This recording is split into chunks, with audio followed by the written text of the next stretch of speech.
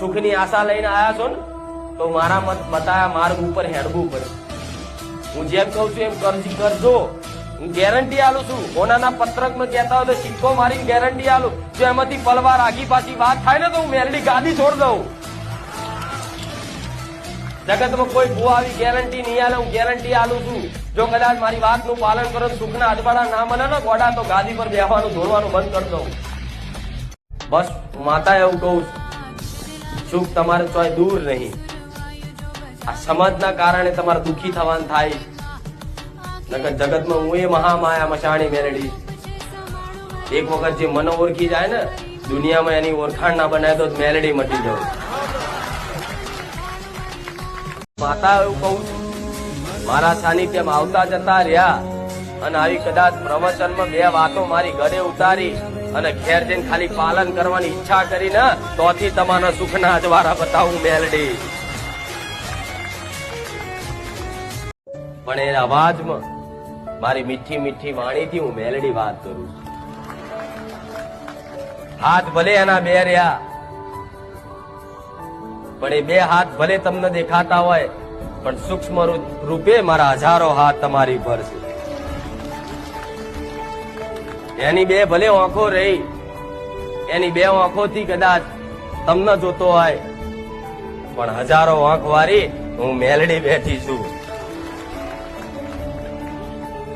મારા સાનિધ્યમાં આવા કોઈ મજબૂરી નડતી હોય કોઈનો દબાવ હોય કોઈ આવા ના દેતું હોય કદાચ પૈસા ખુશીના આગા પાછા કરીને આવતા હોય પણ બે રવિવારે કદાચ થોડું ઘણું વેઠી નહીં તે મારા સાનિધ્યમાં આવ્યા છો ને તો ત્રીજા રવિવાર માટે તો તમારા માટે ગાડીઓ મિલાવું એ અવસર પાતા.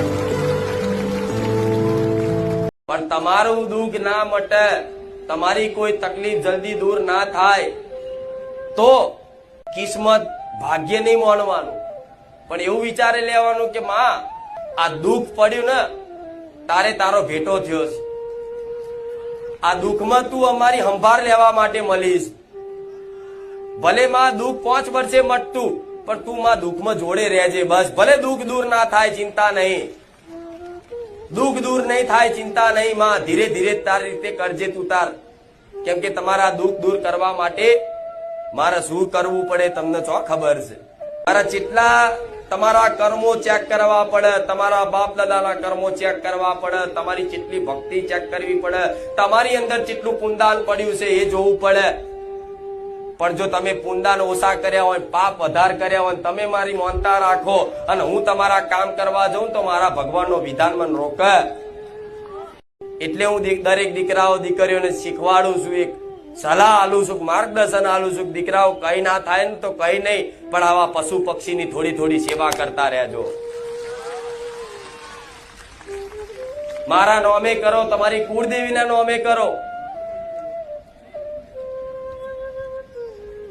તો એક કદાચ 5 કિલો ચકલાન ચણમાં